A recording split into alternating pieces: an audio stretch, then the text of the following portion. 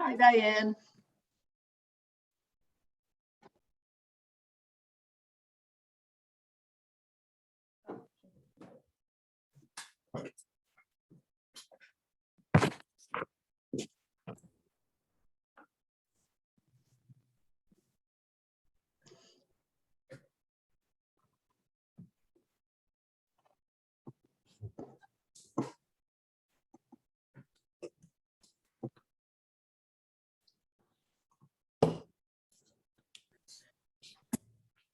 Hi, Nancy. How many people do you expect?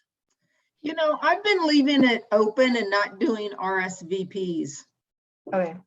I do track attendance because Melissa wanted to keep an eye on what kind of turnout we have. So, but I see Roger's there. He's still in work mode.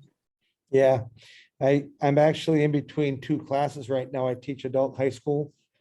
So Oh, I have my students here. They're doing problems. They're going to leave soon, but I did my instruction already. So if they have questions, they can come see me, but otherwise they're doing pretty good. oh.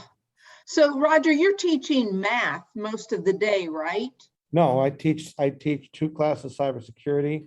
Oh, you have Two two. classes, yeah, two classes of computer science and two classes of robotics. Oh, Got a, quite a varied schedule. yeah, you do. Yeah, and next year we're going to pick up a we're going to do CAD. We got a CAD electronic CAD package that we're going to be using. So that'll help out our robotics program, but doing good. And with the robotics, they're programming with Yeah. the Oh, robotics. yeah. Usually Java, Okay. but Because not sometimes, we have one is block programming language and the other is C programming. okay. The big ones are Java. So, All right. Good. yeah, Diane, you look at my face mask. I see.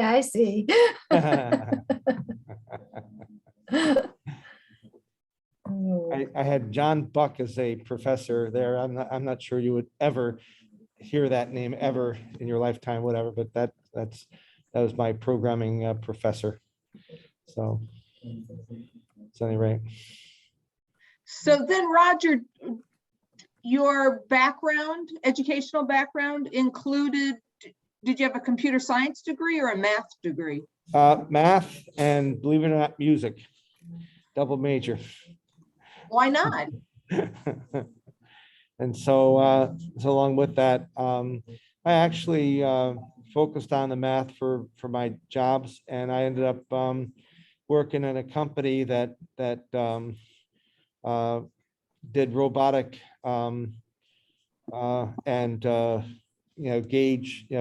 This is the early times of the IBM compatible PCs in the 80s, when I was asked to connect gauges and connect robots to the computers, and so I was kind of a jack of all trades. So I learned a lot about all the different programming possibilities and everything else, and this is before cyber crime was understood yet.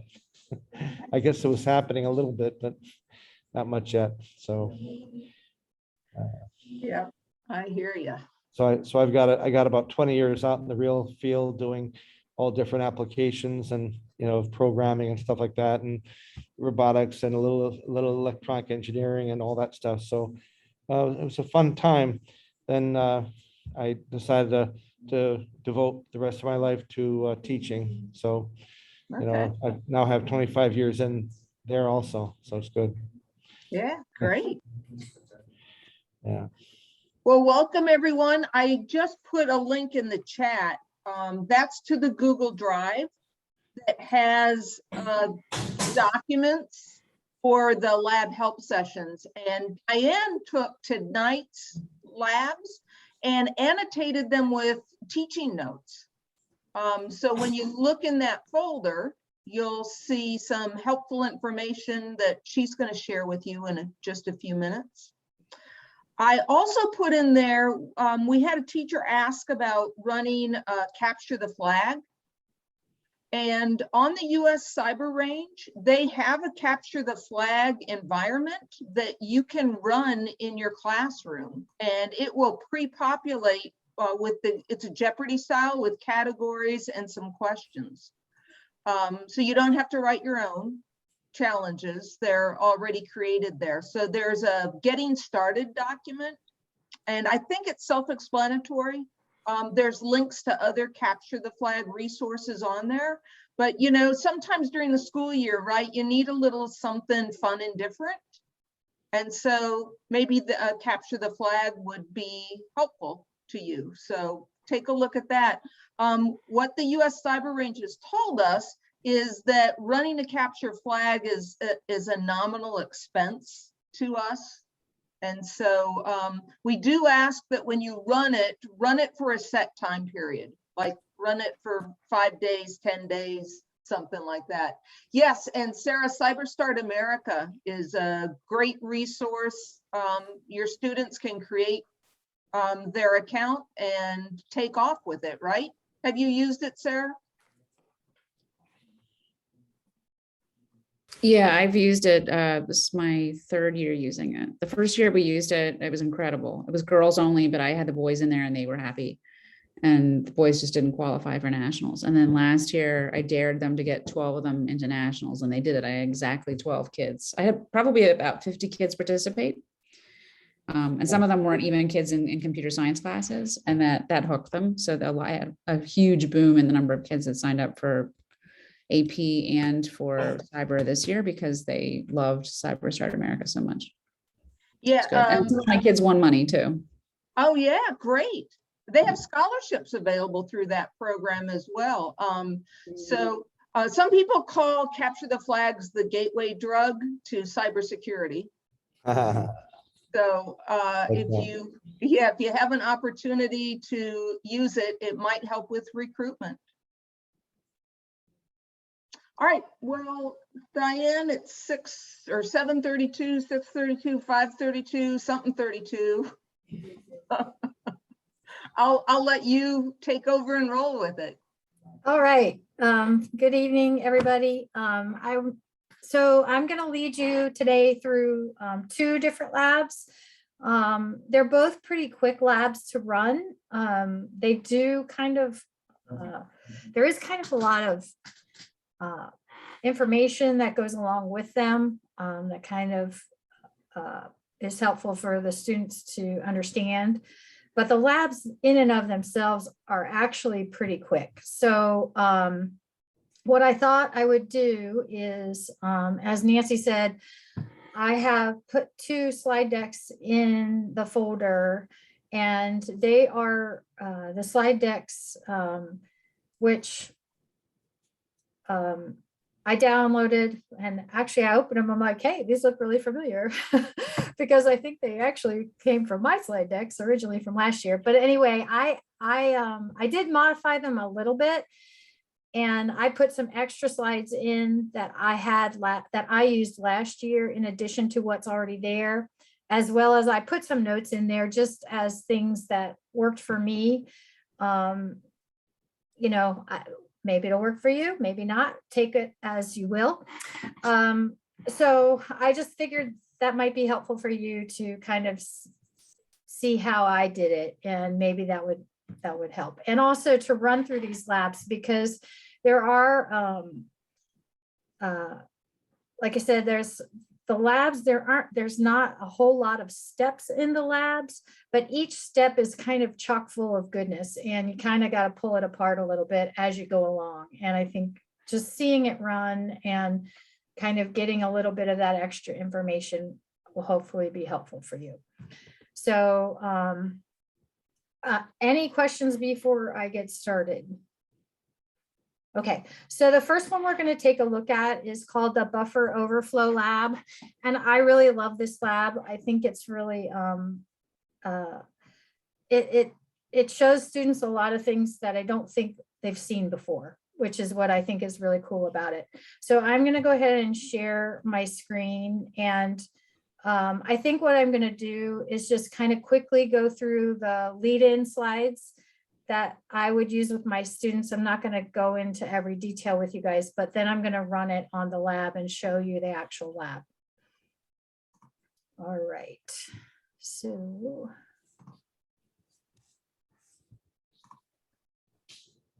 and now that I am not virtual every day, I'm not so good at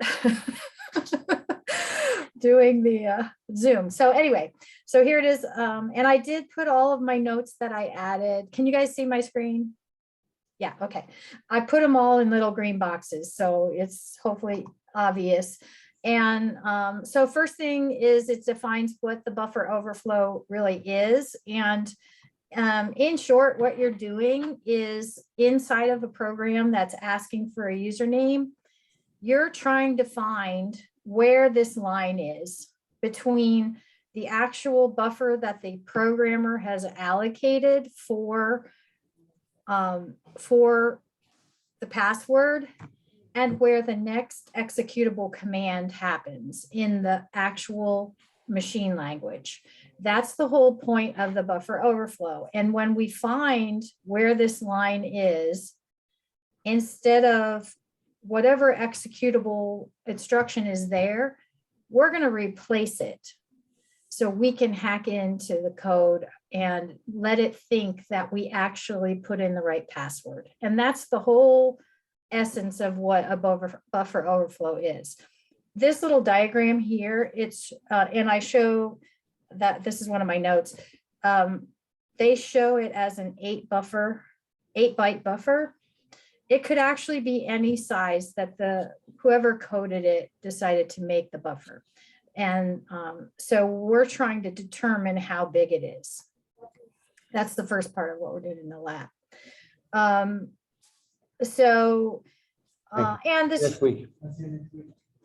this just kind of explains what I just told you. You're trying to find that piece, the place where you can stuff an instruction in a memory and it'll run.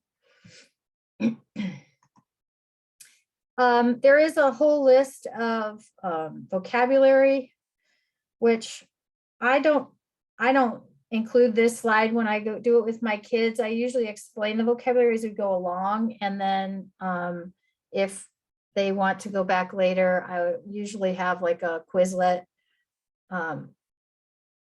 Quizlet with the vocabulary matching cards. I don't know if you guys use that or not. But anyway, so that's the vocabulary. One of the things that is important to understand is we're going to be looking at a disassembled piece of code, and it's all in hexadecimal when you look at it. And so a lot of my kids were not familiar with hex. So I did we did look at binary and we looked at hex briefly. And so I went back over and just kind of reacquainted them with hexadecimal just before. So when we go and look at the assembly language, they know what they're looking at, or at least they have an idea. So that's why these slides are in here. The other thing that's important in this lab, and we are, like I said, we are going to look at some assembly language code. We're going to disassemble an executable and look at it. And so the concept of big endian versus little endian, most of my kids had no idea what that was talking about. So I added some slides in here to explain what big endian and little endian are. And because of the fact that the virtual machine we're working on is using little endian, which means when we find a hexadecimal address, we're going to have to swap it around in order to use it. And we're going to have to do that in the lab. So I do spend some time up front and I explain that. And so I show them exactly what the big endian and the little endian is. And so that they know how to do that. And then, so basically in this lab, you're doing the exact same thing 2 times. And the first time you're doing it, there's 2 little executables we're going to use. The first one is called Buffer Overflow 1 and Buffer Overflow 2. And it's the exact same process. And I walk through it step by step with the kids for the first one. And then they do it independently for the second one. And so let's see. Yeah, so that's what that note says. So what I do when I ran these labs last year, and I may look a little different this year, because last year I was doing hybrid. I was teaching virtually and in person all at the same time. So you guys know how crazy all that was. And so the detailed lab instructions that are provided are really good and they're very detailed. However, it's a lot for kids to sit down and try and read through all this when they're trying to do the lab. So what I did is I would post the detailed lab instructions on my learning management system, and really mainly so the kids could go back and look through it, or if they were not there when I did it, so they could walk through the lab on their own. And during class, I would walk through at least, like I said, the first part of this step by step.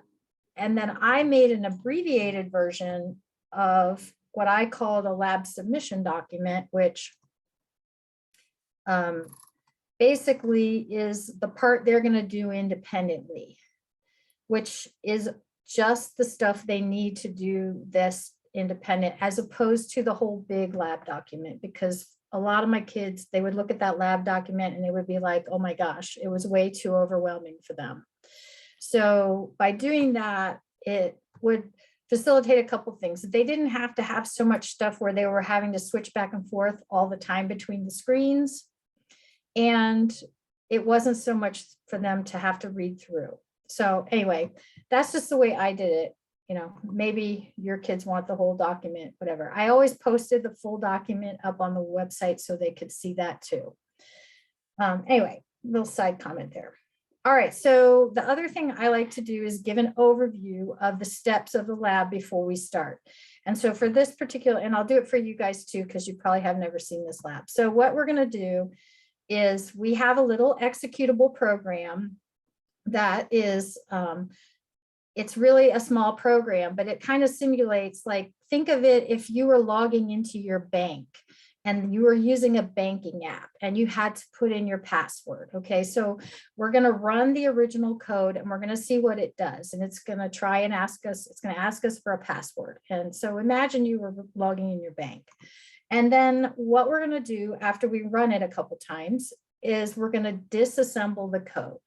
And we're going to look at the assembly language code, and we're going to find where the method in the code is that actually grants access. So it says, I checked your password, you're good to go, I'm letting you in.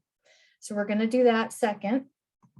And then we're going to get the address of that access granted method.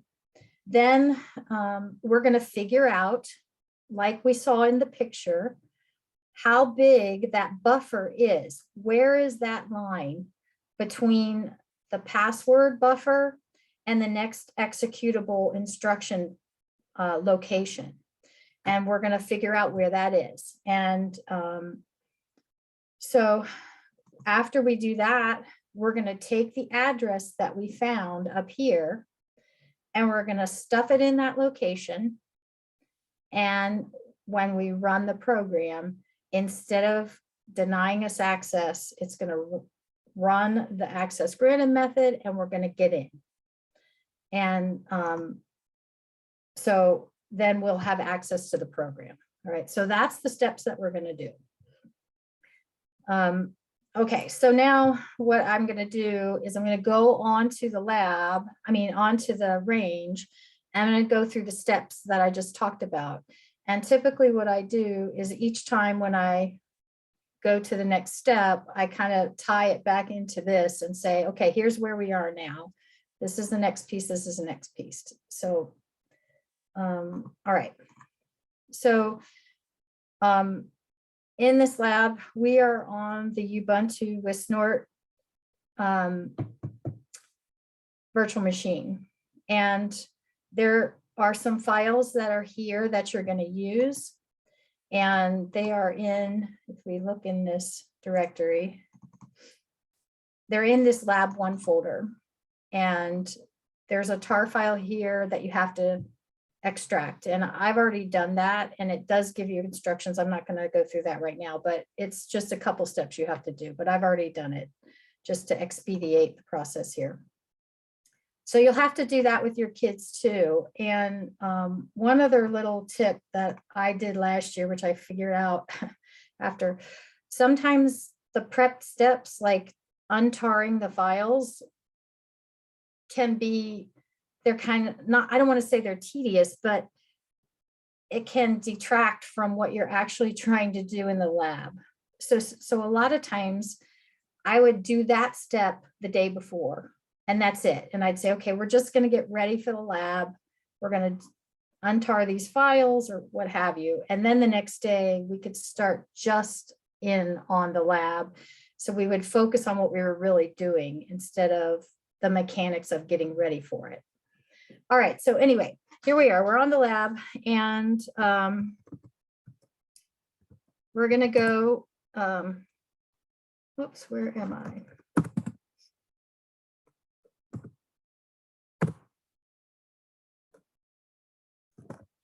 I'm going to go into the lab 1 folder, which I already created. And this is the tar file that I was talking about. I already untarred it, so I'm going to change into that directory.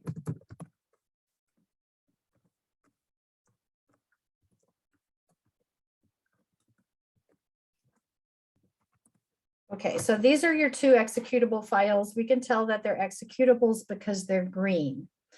So we're going to, our first step in our lab is we're going to run the original code to see how it operates. So we're going to run that. Let me make this a little smaller so you can see it. There we go. We're going to run buffer overflow 1. And it asks us to enter a password. So I'm just going to type some garbage in there. And you can see it tells me it's access denied. So I tried to log in my bank and it won't let me log in because I don't know the password. Okay, so now what we're going to do is we're going to do a dump of the file of the executable. We're going to disassemble it. So we're going to do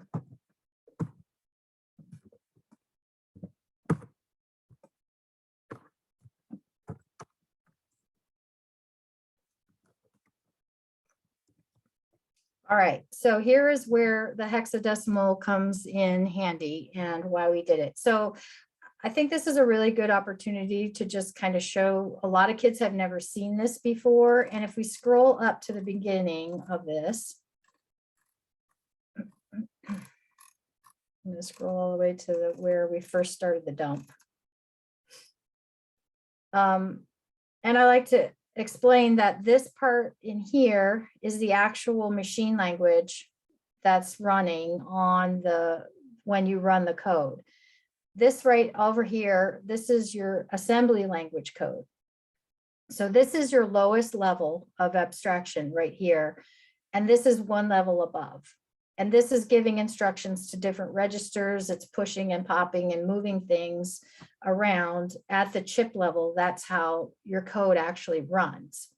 So what we are looking for is, here's the start of the code when it first starts running.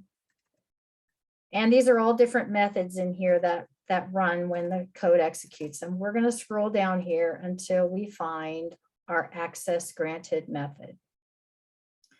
And here's our access denied. So this is what's running when we type in the wrong password.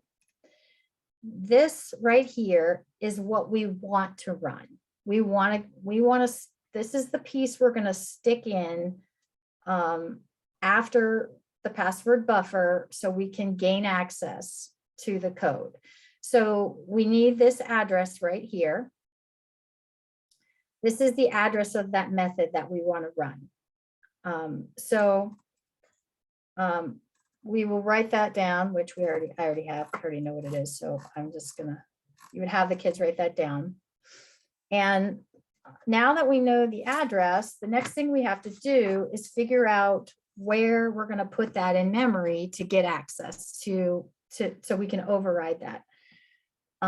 So we could just start running the code over and over again and keep typing a longer and longer password. What we're trying to do is find where we get an illegal instruction as opposed to a segmentation fault. But instead of trying to keep running it and typing and typing and typing, we are going to have the computer type in the password for us. And to do that, we're going to use a little Python command. So for example, if I type in this Python command, oops.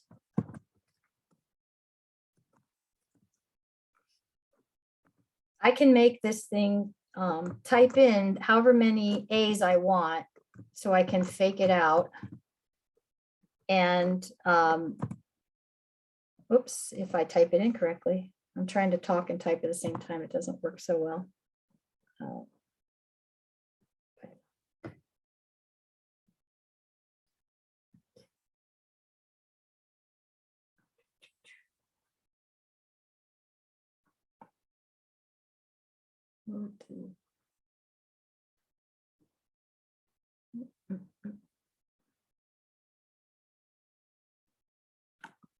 I thought I typed it right. Maybe I didn't.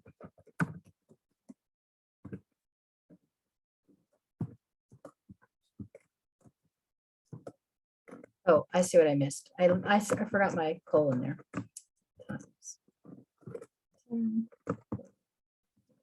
Okay, and that will, oops.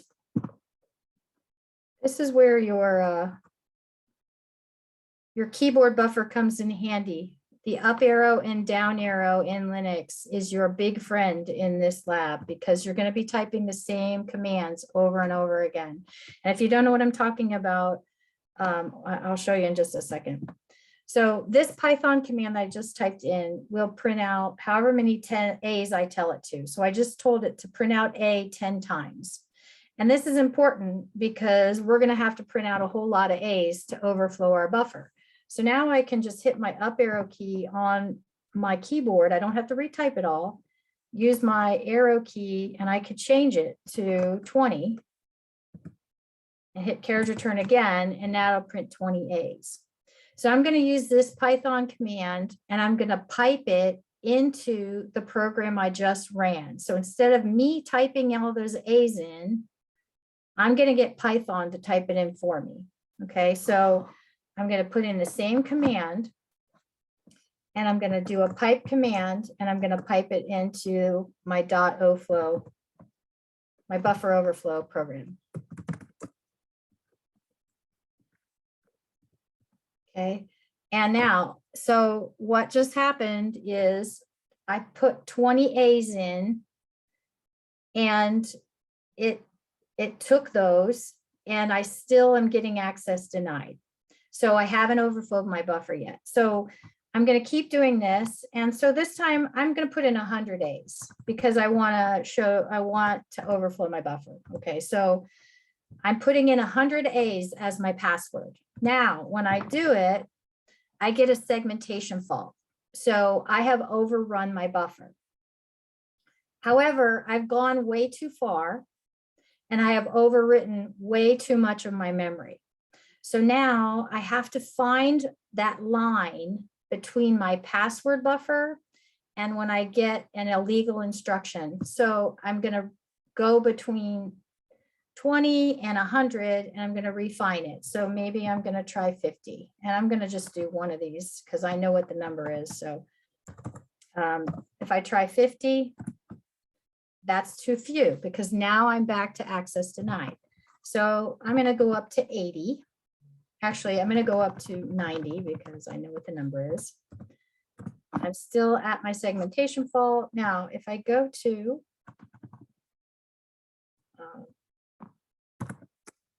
if I go to 82,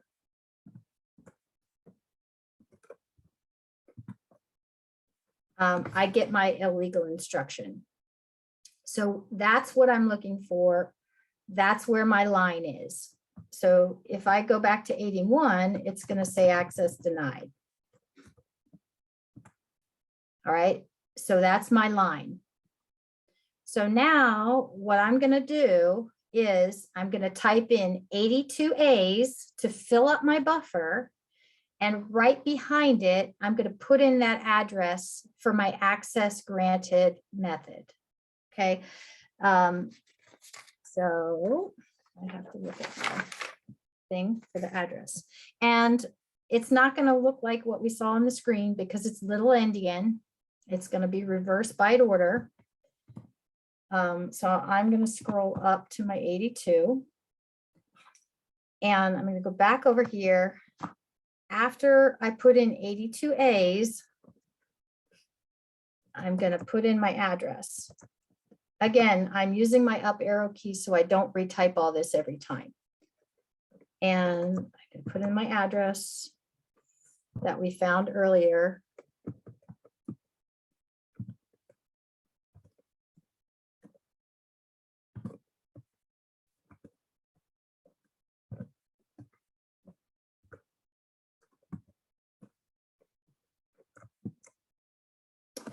And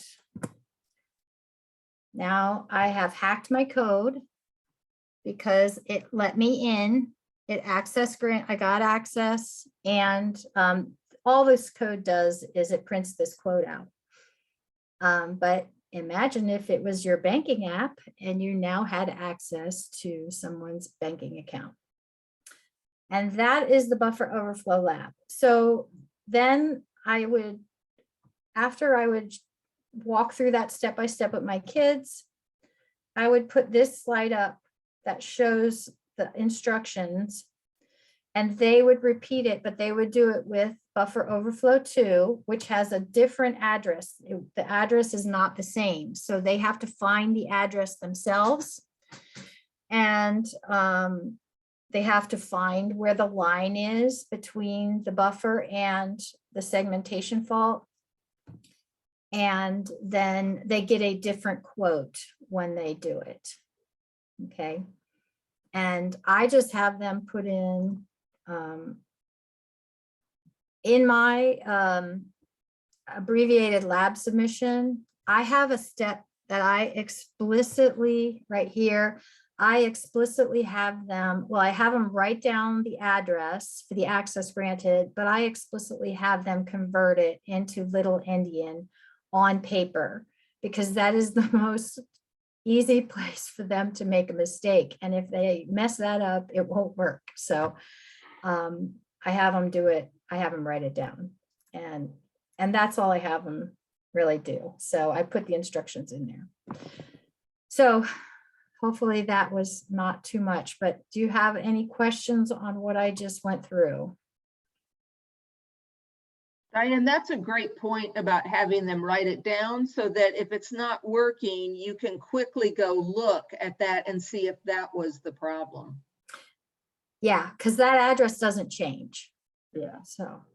Yeah, so for troubleshooting, that's a great tip. Yeah. Oh, and I put that comment on this last slide that I add that explicit step in there. So are there any questions on that lab? Okay. Now I'm going to go and do the same thing. I have to exit some of these things because I have that little banner covering my tabs. I have too many tabs open, of course. All right, so the next lab that we're going to look at is the Backdoor lab. This lab is it's an interesting lab also, and the thing about this lab is you're kind of simulating this backdoor hack, and this the preliminary slides are explaining it. And Nancy, I watched this video. The video is awesome, really good, explaining about what backdoors, the different types of backdoors and what they are. So definitely a good one. Oops, I'm not trying not to play that. Oops, there we go. And some background about what the backdoors are. So I thought that was a really great addition. So when you do a backdoor, the way this would work in the real world is a hacker would gain access to a system. So you have to know that that's an assumption before you start, is that the hacker has infiltrated the system. And then once they're in that system, they're going to set up the backdoor. And we're going to use Netcat to do that.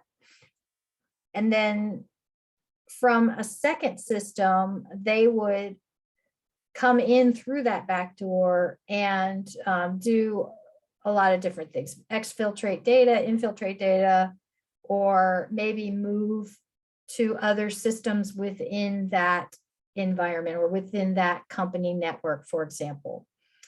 And so that's kind of, that's the quick concept of what the backdoor is. Now, we are going to be doing the whole thing on a single computer. Instead of using two separate computers, we're going to use two separate windows, terminal windows, to emulate it.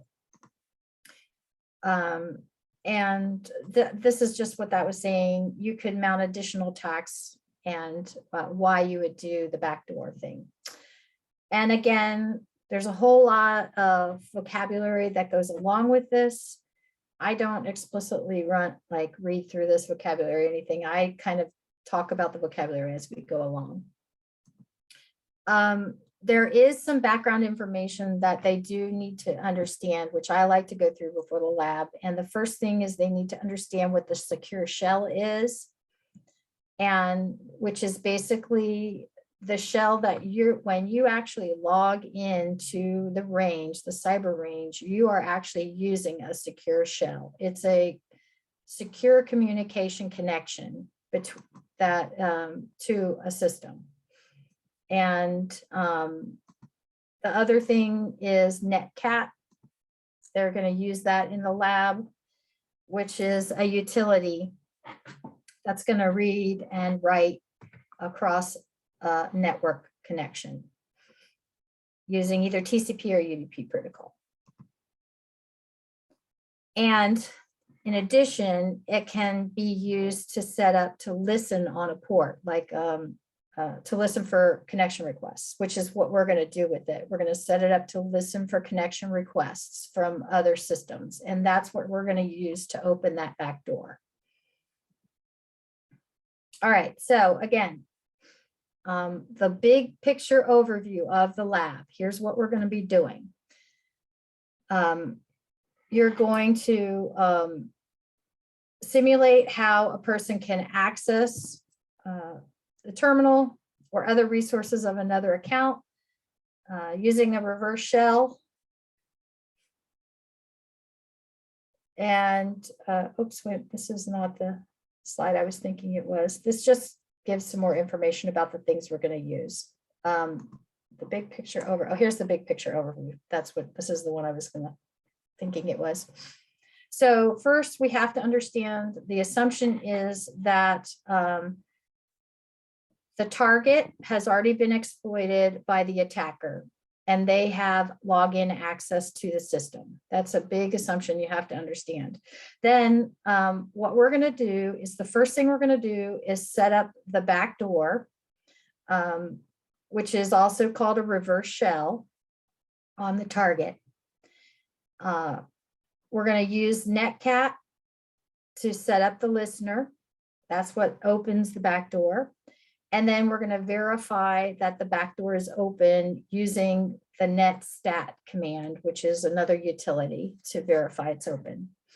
And then from a separate window, which would really be a separate computer, we're going to connect to the target system and go in through the back door. Okay, so that's the big overview of what we're doing. And again, it's not really, it's not a whole lot of steps for this lab.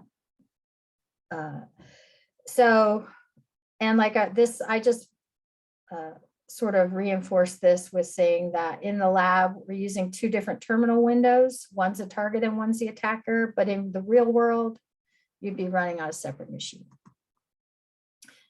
And this is a visual of each of the different tasks of what we're going to do. So here's our attacker. He's going to use Netcat to set up a listener on the machine. And this is going to be done in one terminal window. And then on the separate terminal window, we're going to connect to that port where we're listening on.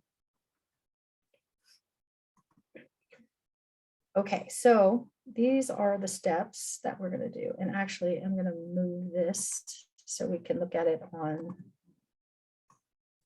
And I'll show you real quick. It just takes a minute to run it on the range. Which, where is my, there it is. Oh, that's.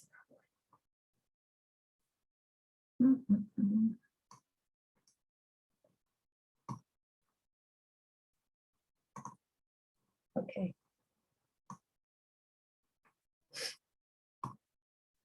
This one is using the Cyber Basics environment as opposed to the Ubuntu. And I thought I had started spinning it up, but I didn't. So you're going to have to wait a minute. Sorry.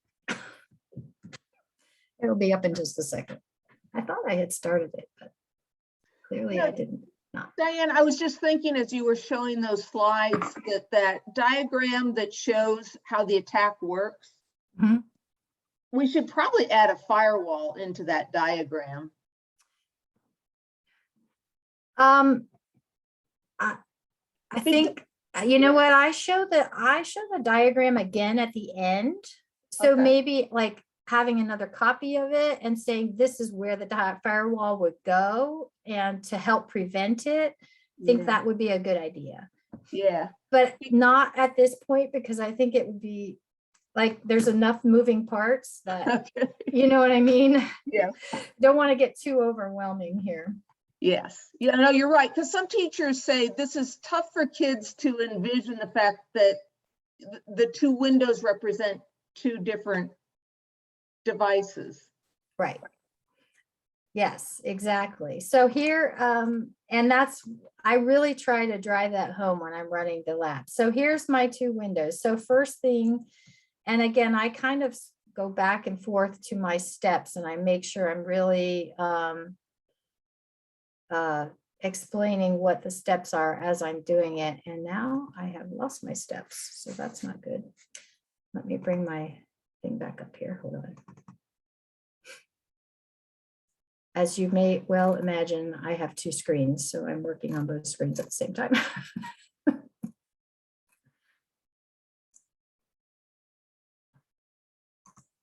Okay. All right, so the first thing that we have to do is we have to get our IP address, and we need that. And I always make my kids write it down because they never remember it when they need it. And so our IP address is right here. I'm going to need that when I come back to connect to the back door. All right, so 10, I'm writing it down, 131. Although I could probably just scroll back, but I always make them write it down. Okay, and then the first thing we're going to do is, this is a little trick that we're going to do. We're going to do execute a command as super user. And what this is going to do, all this is, we're running this echo test. All it does is it's going to write the word test to our terminal window. All right, it really doesn't do a whole lot. It's just writing that word out. But what it really has done, because we ran it as a super user, it has put the super user password into cache. So now it's a little trick. So now we have the super user password cached. Now what we're going to do is we are going to set up the listener on a port to listen. And in my slides, what I did in my slides here is I spell out the commands and I show what each part of the command is. And because all of these things are important. So we're going to do, as a super user, we have to run as a super user to run Netcat. We're going to set up a listener by using -L, and we're going to set it up on port 2323. And then we're going to, the -E says to execute this /bin/bash, which is our a very basic shell so that we can log in from the other window. And the ampersand just tells us to run the command in the background. So this is the command that we're going to run on the lab here. I mean, on the, I don't know how to get rid of this because it's in my way here. I'm trying to do, let me just do this. It's in the way of all my tabs. So switch back and forth. Okay, there we go. Okay. Oh, I'm failing miserably. All right, let's just do this. Okay, so I'm going to run my command.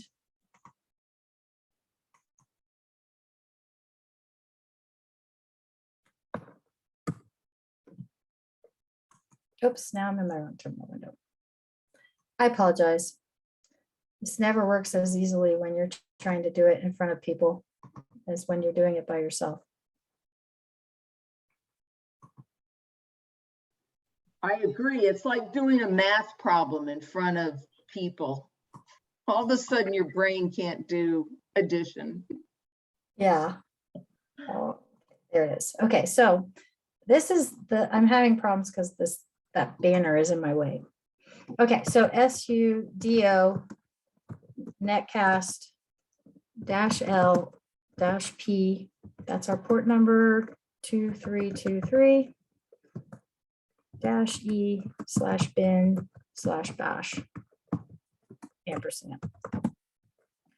Okay, so now we have set up our listener and we're going to use netstat to verify that we are really listening. And it's just a check to make sure it's working. And in the slides, like I say, I spell out what each of these are, just like I did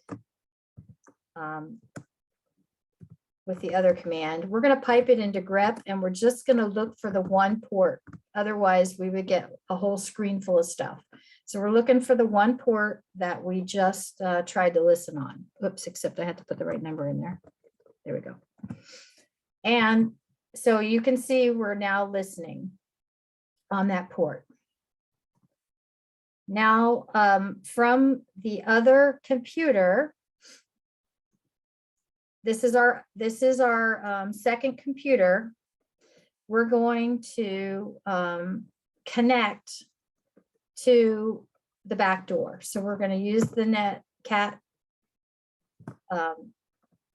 command again, and this is where your IP address is required. So I'm going to put my IP address in there because that's the IP address we're going to connect to. And the port number 2323 that we're listening on. Now, when you do this, you're not going to get a response. You're just going to get a blank screen. That's because we're using that very basic shell. So you have to type in, who am I? And you can see we are logged in as root into our other system. So this shell is not very user friendly. So what we're going to do is we're going to kick off a different shell that's going to give us our prompt so it looks more familiar to us. So I'm going to type this command in to do this. Whoops, got to get in the right place.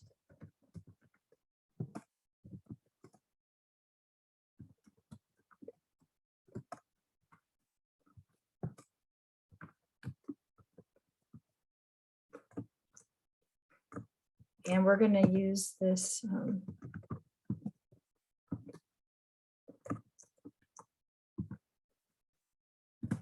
And now you can see we have our old familiar prompt back, and you can see we're logged in as root. That is our user ID, and we're in the home directory. So now we're going to run the netstat command and verify that we are really that we're really connected, just as a verification. So netstat.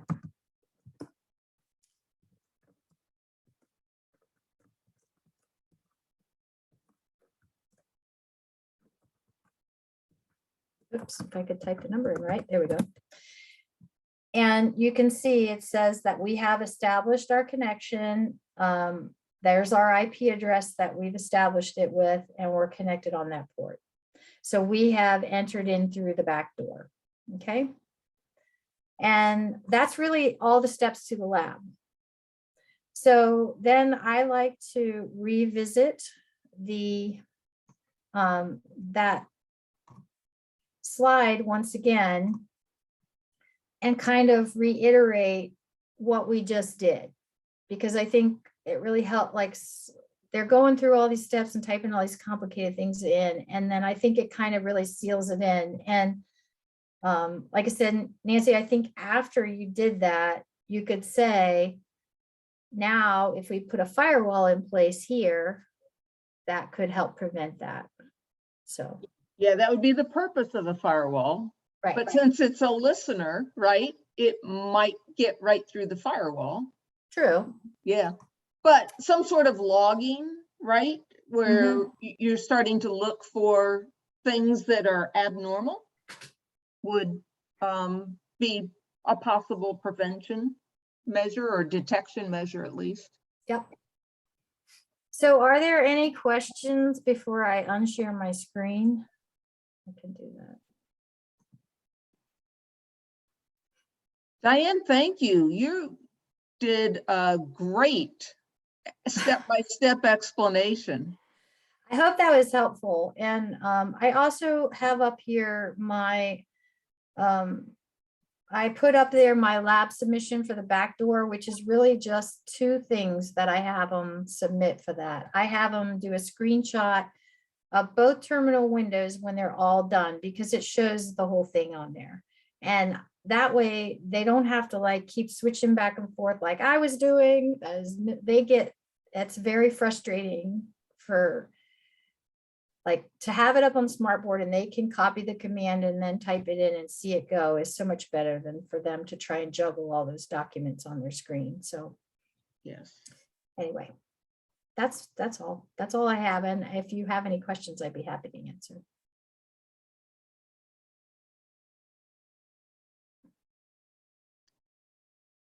That's the look of a teacher that did a great lesson.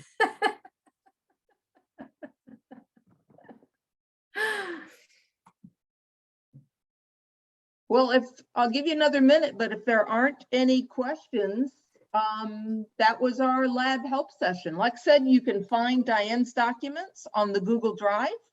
There's also getting started for a capture the flag. If you think, especially as you get towards the holidays, you just need that different kind of thing to do in your class, or have your kids, as Sarah said, sign up for CyberStart America.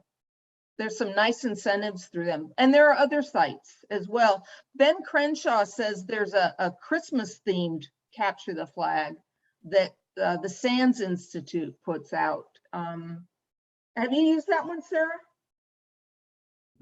Yeah, Ben and I used it last year in, I want to say early December, mid-December. Yeah. Okay. Yeah, they have previous ones that they've done, the Kringles, and they have the answers posted for previous years. So. I guess I would just want one other question for you guys. Was this a good format in terms of, did you like to just run through the lab and see it run? I'm going to be, because I'm doing, when is the one I'm doing in January, Nancy, I think? Yeah, I think January 24th, maybe. Yeah. I think I'm doing 2 more labs in that one.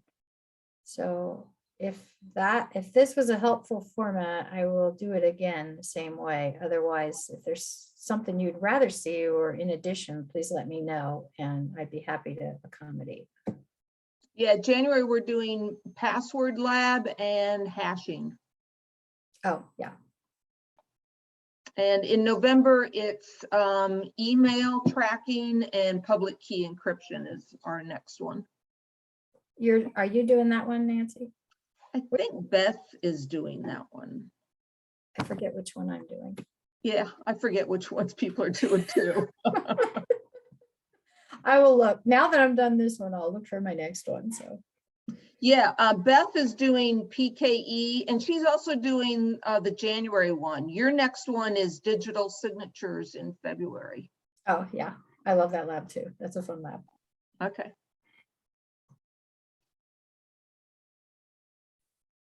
I thought the format was pretty good. Yeah, I was able to kind of follow along, and I really appreciated your like, hey, this is how I do it type thing, and having your own kind of like the added notes onto the slide presentation as well.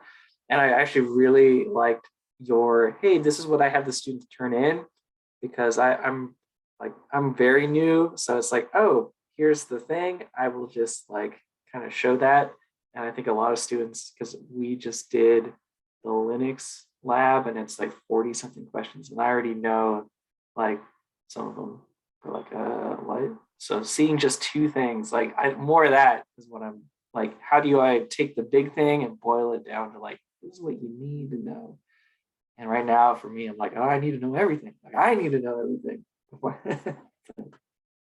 Yeah, I appreciate what you did. Thank you, Stephen. That's some good feedback for us. All right, well, have a great evening. Thank you all. Thank you. Yeah, it was very good. Thank you very much. Thank you guys for coming Thanks, out. Diane. Yeah. Thank you very much. Mhm.